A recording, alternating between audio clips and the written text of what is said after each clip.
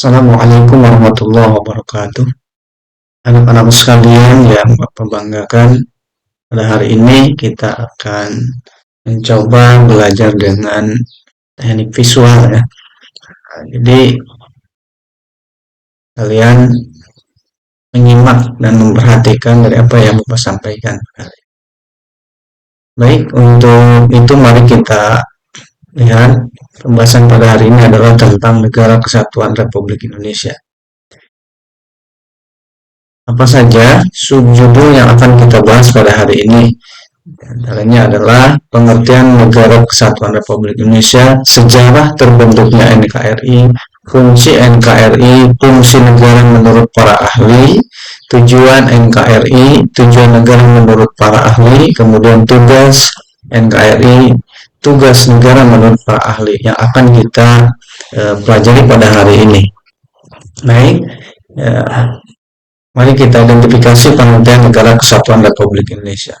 NKRI atau Negara Kesatuan Republik Indonesia ini adalah negara kesatuan yang berupa republik dan sistem desentralisasi yang mana pemerintah daerah menjalankan otonomi, hak dan kekuasaan dengan bebas dengan luas pada bidang pemerintahan yang sudah ditentukan oleh undang-undang yang ditetapkan oleh pemerintah pusat.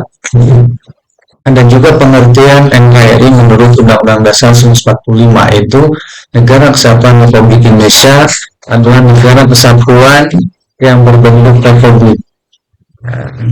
Kemudian juga negara Indonesia berbentuk pemerintah yang demokrasi, sistem yang terdiri dari beberapa provinsi dan ribuan pulau yang tersebar dari Sabang sampai Merauke yang memiliki letak astronomi yang sudah tentukan. Kemudian berikutnya sejarah terbentuknya Negara Kesatuan Republik Indonesia ditandai dengan dibacakannya teks proklamasi oleh Insinyur Soekarno pada tanggal 17 Agustus 1945.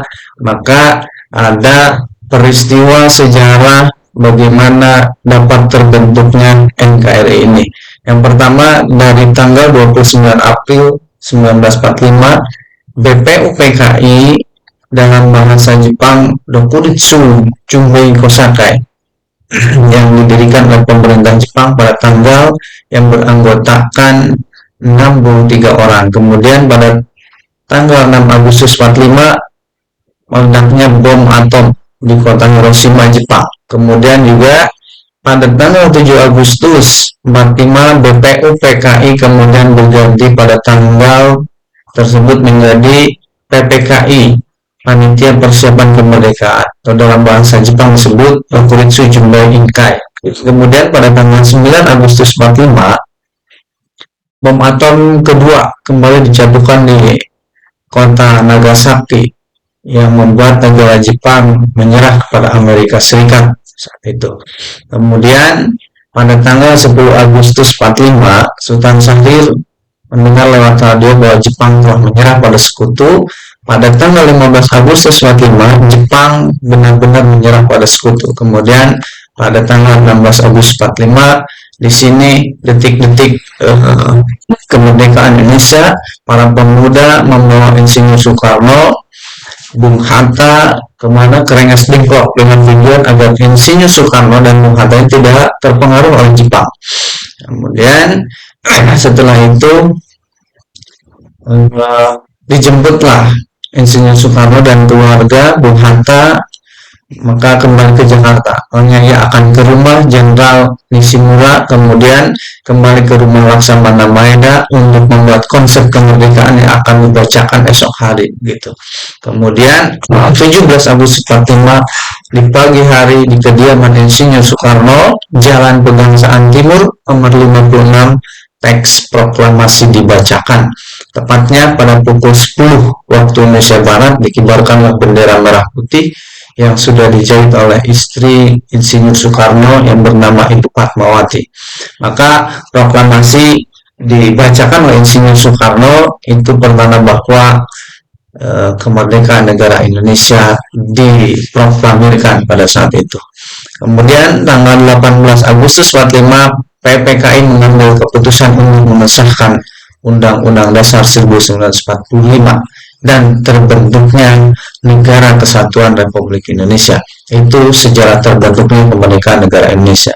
Kemudian apa fungsi NKRI? Fungsi NKRI satu untuk lembaga negara, kemudian membentuk lembaga negara, membuat undang-undang, menetapkan anggaran, APBN, membuat undang-undang dan peraturan umum, pemeriksaan keuangan negara, pertimbangan, pemerintahan, penyelenggaraan, kemakmuran, kehakiman, perencanaan, kegiatan pembangunan negara dan perlindungan rakyat Indonesia. Itu adalah fungsi dari NKRI. Kemudian ada fungsi negara itu menurut para ahli.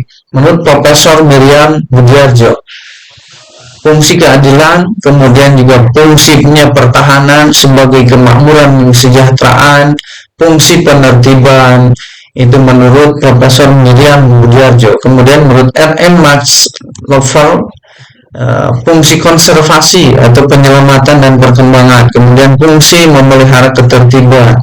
Kemudian menurut John Locke, dia adalah seorang filsuf dari Inggris. Locke mempunyai pendapat tentang berbagai fungsi negara, di antaranya adalah sebagai fungsi eksekutif, negara pembuat sekaligus pelaksana dari peraturan undang-undang, fungsi legislatif, fungsi federatif.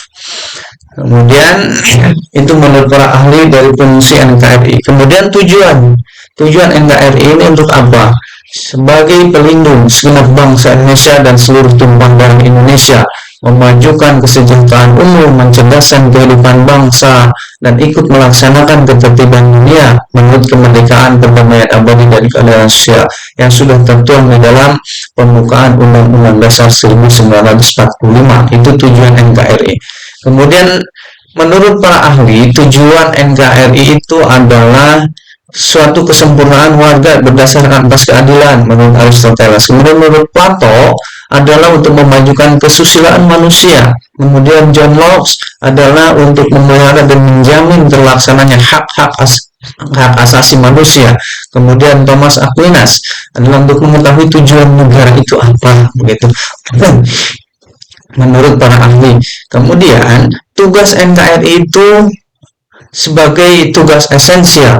Tugas esensial itu mempertahankan negara sebagai organisasi politik yang berdaulat. Tugas internal dan eksternal. Internal memelihara ketertiban, keamanan, ketentraman, dan perdamaian negara. Kemudian tugas eksternal adalah mempertahankan kedaulatan negara.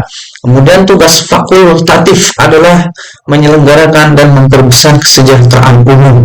Itu adalah tugas dari NKRI. Kemudian tugas menurut para ahli, tugas dari NKRI itu adalah menurut Jacobsen dan Linfan adalah tugas dari NKRI itu adalah memelihara ketertiban, memajukan kesejahteraan individu, kesejahteraan umum, mempertinggi moralitas.